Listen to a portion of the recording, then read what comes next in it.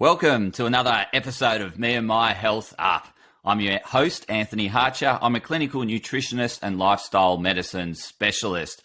The purpose of this podcast is to enhance and enlighten your well-being. And today we are blessed with the appearance of Patrick Laine, who's a health optimization mentor and scientist extraordinaire. And we're going to be talking on the subject of falling in love with oneself. And this is very important given what I'm seeing in clinic today. I'm seeing a lot of eating disorders, disordered eating, and a lot of it stemming from that self-loathing, detest for oneself and always looking at oneself as, imperfections and things like that. And so this episode is really to help you fall back in love with yourself, or to help guide someone else who may be falling out of love with themselves. So without much further ado, I'd love to welcome on the show, Patrick Laine. How are you, Patrick? I'm great. I'm glad to be here. Thanks for having me. And this is one of my favorite topics. But it's funny because as you're doing your intro, I'm wondering, man, I could tell you 5 years ago, I didn't know what the hell it meant to fall in love with myself. I would have looked at you like you had three eyes. I would have said, what does that even mean? Yeah, and it's something that, has grown upon me and realizing that I've got happier the more I love myself. So, and that's, I guess falling in love with my imperfections and embracing my imperfections as opposed to seeing them as something wrong. And so, Patrick, where do you see it all going wrong, or where do you see someone, how they can start their journey to start falling in love with themselves? It's two different questions, but you choose how you want to start them, answering them. Yeah, so, like I said, I think I've also noticed that a lot of people, including myself at one time in my life, we tend to think, society tells us, well, you have to love yourself before you can love someone else, right? You have to appreciate yourself. And we think we love ourselves, right? I mean, of course we love ourselves. I'm not going to stick a knife through my hand unless it's really extreme depression, right?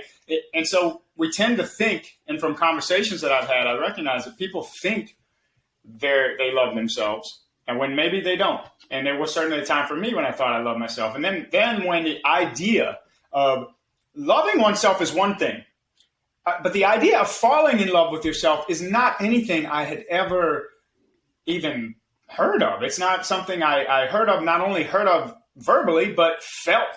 Like I didn't know what that even felt like. And so now, as I sit here today, to know and understand where I was, which was reliant on external factors such as alcohol or food, and to understand where I am now, which is not reliant at all on those things. Of course, I still need to eat, but I'm in total control every day. And I think what you talked about, you mentioned it, you kind of hit on the nail on the head with giving yourself permission to exist in the state you exist in, right? If you are a little bit unhappy because something happened today, give yourself permission to be a little bit unhappy, right?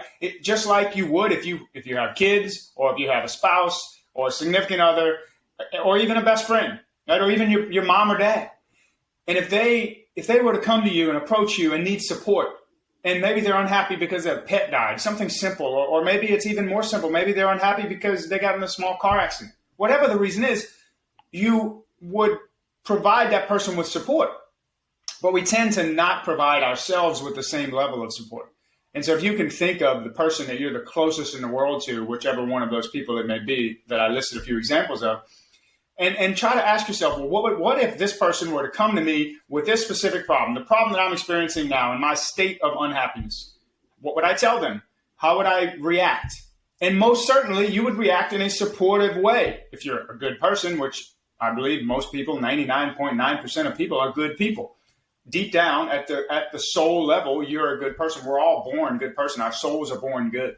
And so when we talk about falling in love with ourselves, it's literally seeing the world through the eyes of your soul.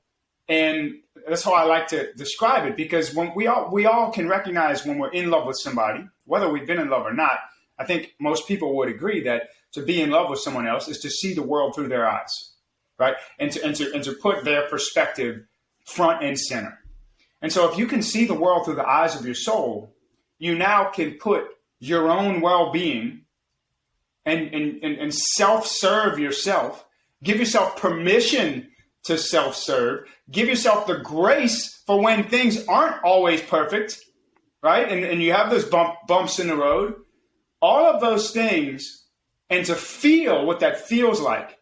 And the best way that I've been able to describe it and really explain it is to, take your soul, put it right in front of your face, and understand what it's like to see the world through the eyes of your soul. And that's a lot of times, we're born and then we go through conditions in life when we get 4, 5, 6, 8, 10, 15, whatever the age is, we're conditioned and we're beaten. It's like kids. Kids ask tons of questions when they're 5 years old, 6 years old, 7 years old. They're question machines.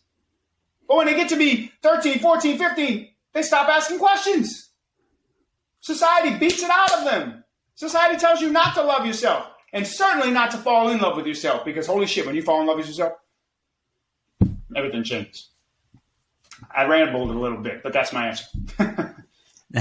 That's a great answer and very comprehensive. And you covered, I guess, a lot of good tips and support for someone that is struggling to fall in love with themselves, to get their soul and to look at their soul and to I guess ask the soul as to if this was someone else, how would you treat them? And it's obviously we can be our world's worst.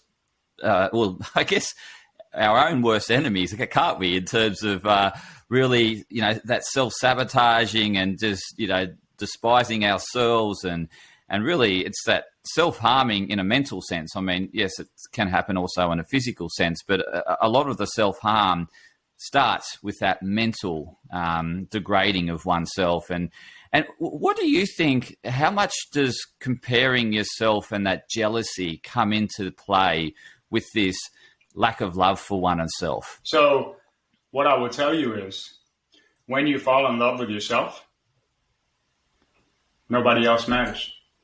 You can care about other people, no doubt. You can still care about your spouse. You can still care about your kids. You can still care about your mom, whoever you want. But their opinion and their thoughts don't matter. The only thing that matters is what you think they think. What they actually think doesn't matter. And until you feel what that feels like, you're not in love with yourself. So that's how I would answer it. How do you know if you're in love with yourself? Based on whether or not you feel that.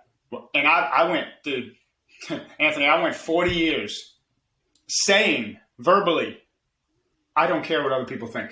I'm me. I don't care what anybody else thinks. I'm just going to say what I think. That's how I lived for 40 years. I said that because I knew that was me. But still, throughout most of those 40 years, I felt it inside when somebody disagreed or somebody had something bad to say about me, or if they called me Weird Al because of my hair, or if they made fun of me because of my hair or my vitiligo or whatever the case may be. I felt it. And I always wondered why. Why do I feel that? Because I don't care, right? We're big, strong me. And it wasn't until I really connected, and you mentioned earlier, reconnecting with yourself, because when we're all born, we're born good. It wasn't until I reconnected with myself and I was able to connect with my true purpose in life and understand my gift, because I believe it's undoubtedly we all have a gift to give this world. Every single person has a gift. And and I would tell you 5 years ago, I thought that was bullshit too. But when you get to that place, you no longer care what other people think. Nothing. There's not even a blip in the radar. Your heart rate stays the same and you're just at peace. And in terms of that journey, because obviously you've been on a journey, you mentioned, 5 years ago where you were and how you've had to, I guess move on from there. And it's, those repeated affirmations and, supporting one's thinking. So you've been on this journey. I'm just thinking that, with the younger generation today, and you spoke about the environment earlier and the impacts the environment can have on the way they think and the way they see themselves. I'm just thinking with the use of social media. So, the minimum use of social media is like 2.5 hours, depending on where you are in the world, per day. And that's a lot of exposure to seeing other people and that potential of being jealous of what they're doing or envious and that point of comparison. They're having fun, I'm not having fun. I'm just thinking, are we in that environment that's really non-conducive for self-love, and it's more supporting self-loathing? What do you think around this impact of social media? Yeah, it certainly can be used for positive and it can be used for negative, right? And there was a time, no doubt, back when I was on Facebook, I would certainly look at how many people liked it and look at all the comments, and most of the comments were toxic.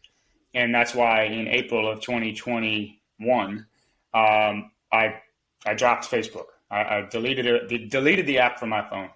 My life improved that day. I felt such a relief to not be tied down to what other people were thinking about me on Facebook. I have no idea what's written about me on Facebook today, and nor do I have any care to look. So you're certainly right. It can be used and it can be interpreted in a negative way. Ultimately, social media, if you want to use it for good, or if it's going to be used for good, it has to be used with a focus on genuine connection in mind, right? And that's why LinkedIn is the lesser of all the social media evils, because the connection is the most genuine on LinkedIn of all the places. And that's that's a whole nother topic. But, as far as young people are concerned, what I like to say, and a lot of times we talk about this with our clients, is, people always think, when they think about love and they think about health and they think about their own well-being, they think about, okay, I should eat a lot of fruits and vegetables, right? And, less processed food. And okay, that stuff's fine. But I would challenge everyone listening to this to consider every single thing that goes into their body as food. And what I mean by that is not only just what you eat, the air you breathe, and the stuff you're watching. You're listening to my voice right now. My voice is going inside of your body. Like that visual or not, it is, right? If you're watching us on a screen, what you're seeing is going inside of your body, in your mind, because of what you see.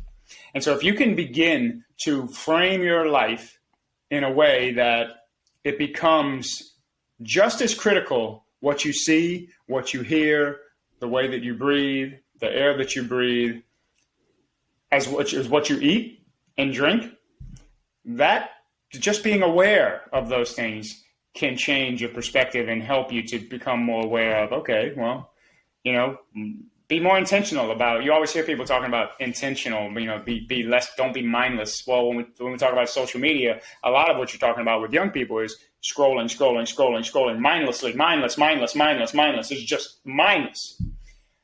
And if we can become aware of all of these things and be aware of what's going in, even if as we're scrolling, we'll slow down. That scrolling will slow down a little bit. And just a little bit is all it takes to get you. It's all momentum. It builds up slowly but surely. So just slow that scroll down a little bit one day.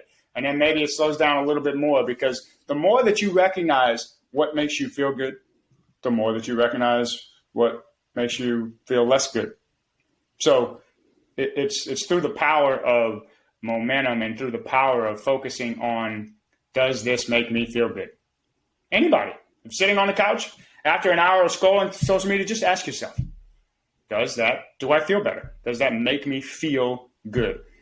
And essentially what I'm here to tell you is that, and I want everybody to understand, is that you have permission to feel good. You deserve to feel good. The better you feel, the more in line with your soul you are, the more able you are to give that gift that you have to the world. You want something. If you stop and look in the mirror, you want something, whether it's you want to write a book, whether it's you want to be a millionaire, whether it's you want to, show your kids, how proud they can be of you, whether it's you want to buy a house, you want to start a business, whatever it is, you want to travel the world, you want something. And in order to achieve those dreams and achieve those goals, serve you. Because I don't know who else is going to look out for you. Yeah, okay, your mom might look out for you, but, serve you. You're the number one person who can make those things happen. I really like that.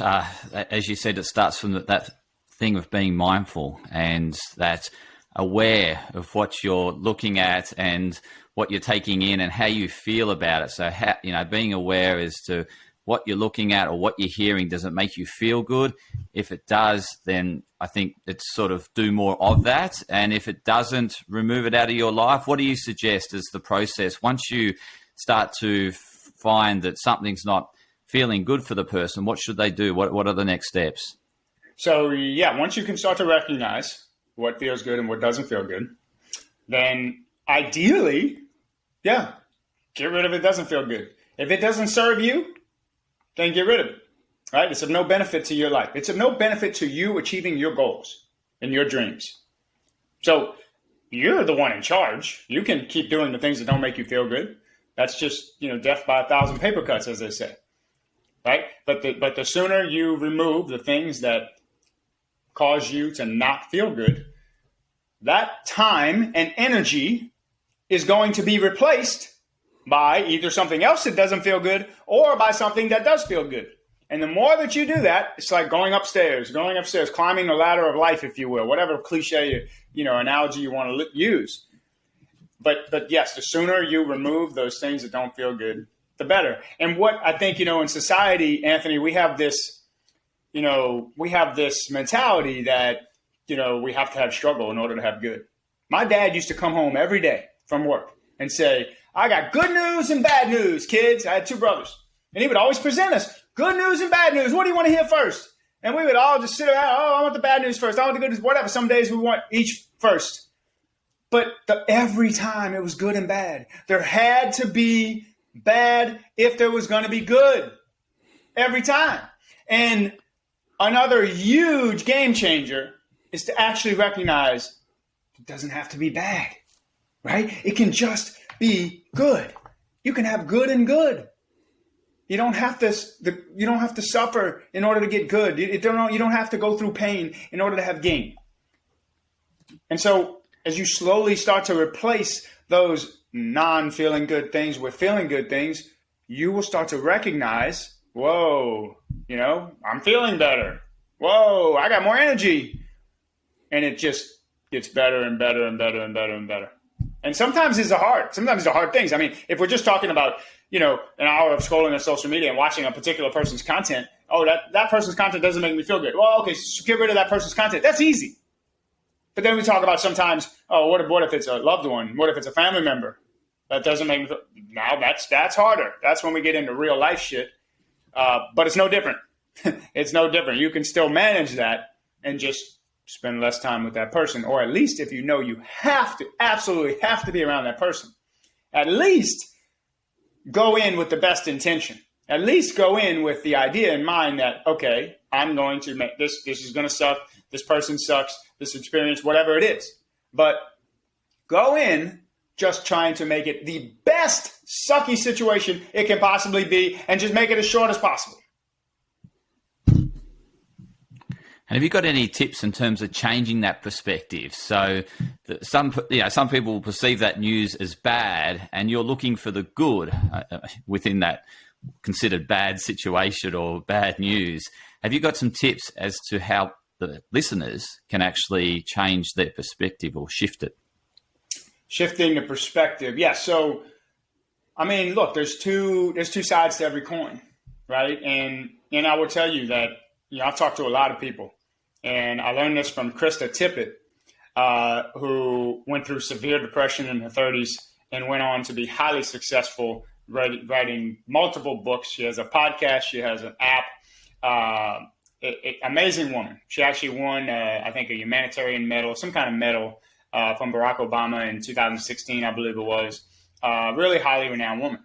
And she talks about her depression that she went through in her 30s. And today she's in her 60s. And she talks about how, it's really hard to say. And she was at the bottom, in the depths of depression.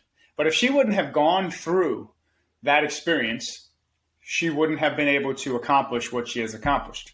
So in essence, the lesson is greatness is achieved because of the pain and the challenges that you had to overcome, not in spite of them.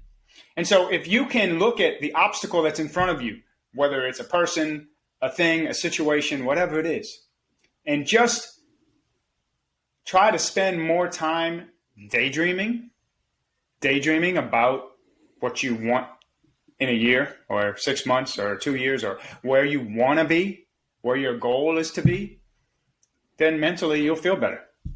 Physically, you'll feel, it's a physical thing too, you'll feel better.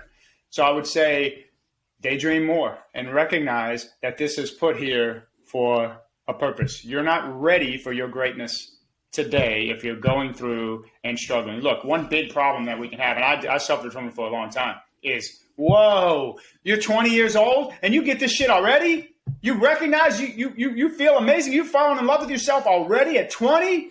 Oh my goodness, if I knew then what I knew now, wow, my life would be completely different. I'd be a billionaire by now, right?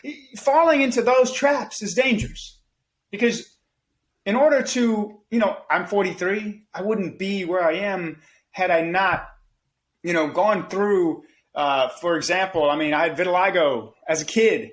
I have it now. I don't care about it now, but as a kid, it was very traumatic. I had to wear makeup to cover it up on my hands, my elbows, my knees. But going through that experience helped me and shaped me into the person I am. And this is the person I was meant to be. So don't question why me. I spent a lot of my life spent questioning why me. Instead of questioning why me, question what can I learn from this experience? What can I take away from it? And when you start to shift your thinking a little bit to instead of a victim mentality, but to use it as an asset and learn from it and benefit from it and grow from it, your potential is limitless. Greatness is inevitable. So focus more on what you want and less on what you don't want. I guess, really, and a great story you shared there in terms of your own personal story and that of someone that's really achieved greatness from an adverse situation. My next question is around how do you protect yourself? So obviously you've got this level or degree of self-love, and I assume once you achieve you start feeling good about yourself and you start loving yourself, it's endless in terms of where that can go. You can obviously grow and grow and grow, but there's that I guess that media and people who like to dramatize the bad and make it into worse. And how do you protect yourself and continue to grow in that direction of self-love? In a very self-serving way. Essentially, what I would warn people against is that if you haven't been called, when you do fall in love with yourself, you will be called crazy. You'll be called narcissistic. You'll be called selfish. And if you haven't been called any of those things, that's a red flag, right? Then I can tell you're not in love with yourself. If somebody has not called you at least one of those things. I've been called all three on multiple occasions. So the way to protect against falling down that spiral is to evaluate and essentially serve yourself with every thought. And so essentially, if you can imagine a cone, there's a cone of spiral of depression, if you will, a downward spiral. We all know what a downward spiral looks like. And if you can imagine an upward spiral, right? An inverted cone. And so if you can think that every single thought you have, every relationship you have, and when I'm talking about relationships, I'm talking about, people tend to think I'm talking about people, which, okay, people count, but that includes people, that includes your phone, that includes, what goes in your eyes, what goes in with your ears, that includes your thoughts, right? Relationship with everything that impacts you. When you evaluate each of those relationships and look at them as, okay, is this in the upward spiral or in the downward spiral? It's somewhere. It can't exist in the middle. There's nothing in the middle. It's either a little bit up, a little bit down, or, of course, it can be a lot up or a lot down. So by just stopping and evaluating, is this serving me? And if the answer is no, dismiss it. Move on to something that is serving you. Look, it's the challenge is society doesn't teach you this. Society tells you not to do that. Society tells you to sacrifice, to struggle. But that's why you have to get to a place where you legitimately don't care about what anyone else thinks. So it's all of these things are connected. You're obviously very knowledgeable on this subject, and it's great hearing what you've got to say because I'm learning a lot as we're talking. I'm just thinking, is there something that you sort of wish you had have known many years ago? Is there one thing that really stands out for you?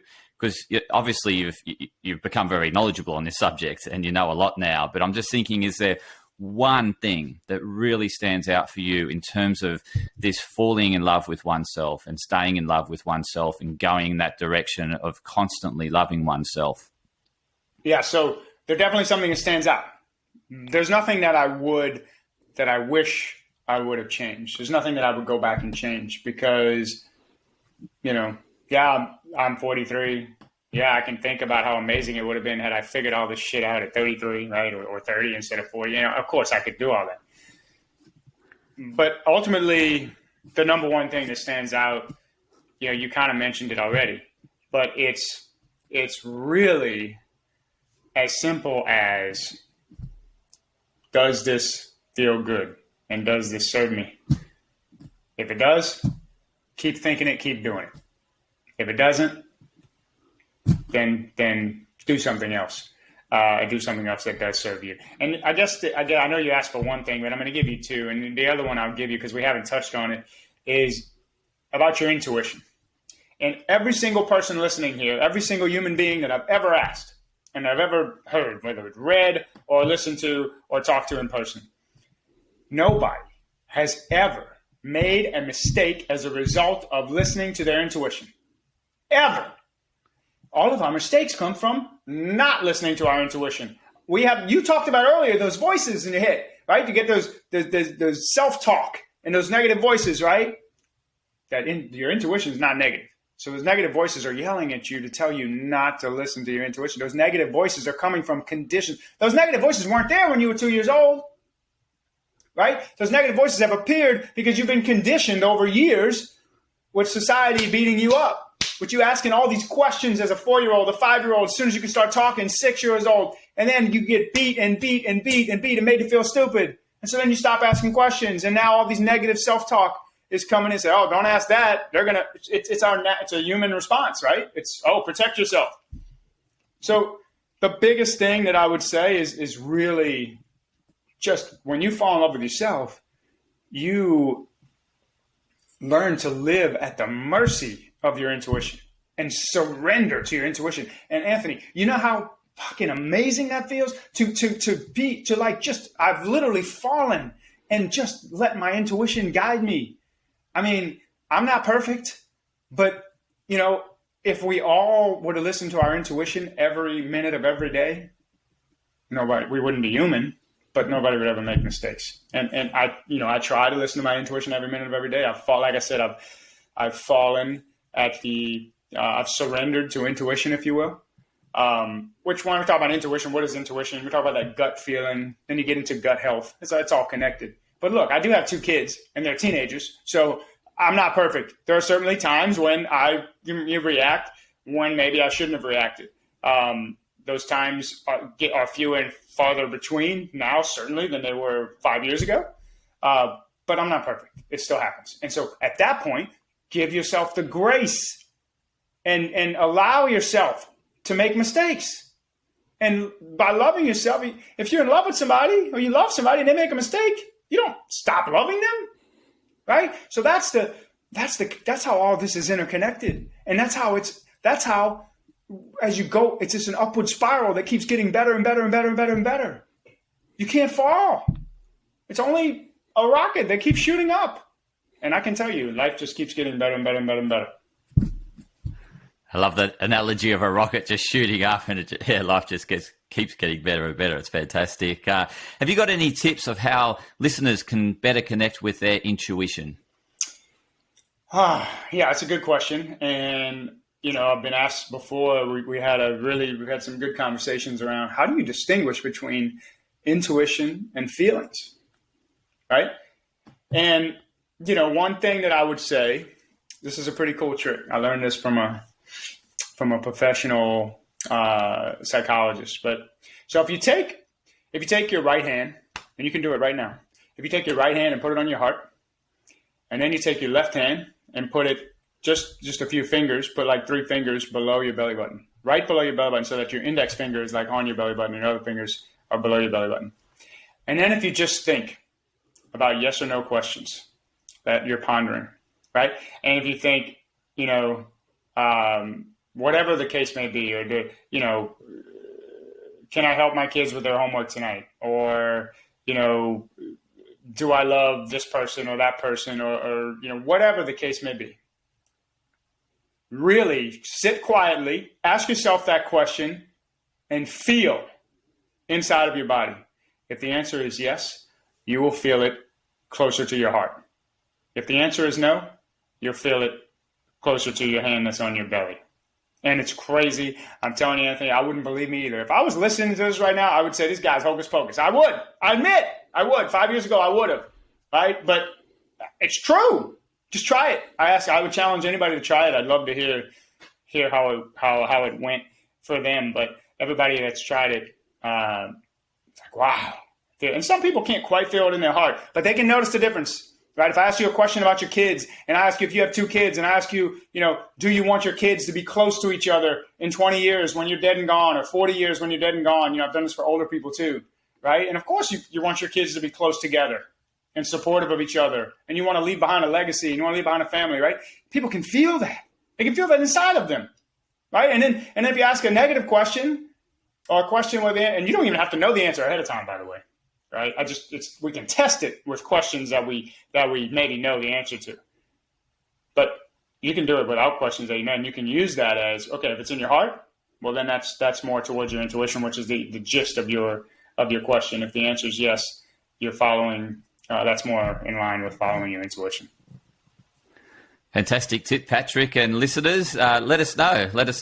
Give it a go, and we'd love to hear your feedback. I certainly would. I'm going to give it a go. So, Patrick, I really appreciate you sharing so much wisdom and knowledge on this subject of falling in love with oneself.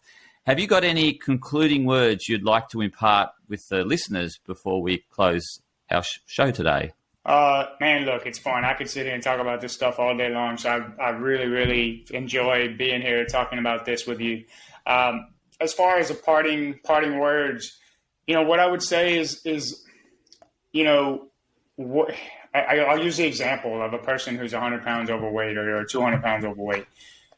In order for that person to, if they don't feel good, right, and they want to lose 100 pounds or 200 pounds, in order for that person to begin that journey, they have to have the vision for, it doesn't have to be perfect, doesn't have to be a perfect vision, but they have to have the vision for what they envision their life to feel like and to be like, what they envision their quality of life to be like in a year after they've lost all the weight, right? And for them to be able to understand that they're supposed to be exactly where they are today, and give themselves the grace and give themselves the permission to have good and good and good and good.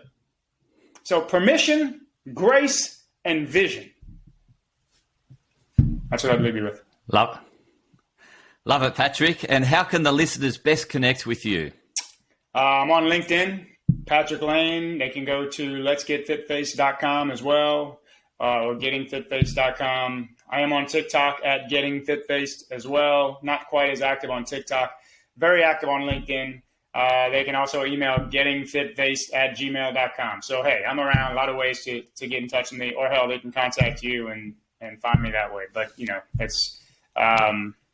it's really fun being here. I really appreciate you having me. And, hey, I look forward to doing it. Let's do it again next year after I've grown even more. It's sometimes people talk about, I wake up so excited. Look, and it's hard to talk about these things because, if you're not in a good place, then talking about these kinds of quote unquote foo-foo things can just serve to piss you off, right? It can just serve to push you away even more. So I would challenge people listening who may think, oh, that's woo-woo or that's foo-foo. Okay. If it is, it is.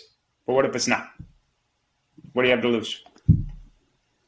Absolutely. I really appreciate chatting with you, Patrick, and I'd certainly love to have you back on the show to tap into more of your wisdom on. I know you've got so much to share on different topics, so we'll definitely have you back on the show, and I'm sure the listeners will appreciate to hear your insight into these other subjects that you're so passionate about as well. So thank you. And to the listeners, thank you for tuning in to another insightful episode of Me and My Health Up. And please like and share this episode with anyone you think that could benefit from what Patrick has shared today. That would really benefit the show and ultimately benefit them. I want to enhance and enlighten the well-being of others, and this is one way of doing it. So please help in that cause. And thanks again, Patrick. Thank you.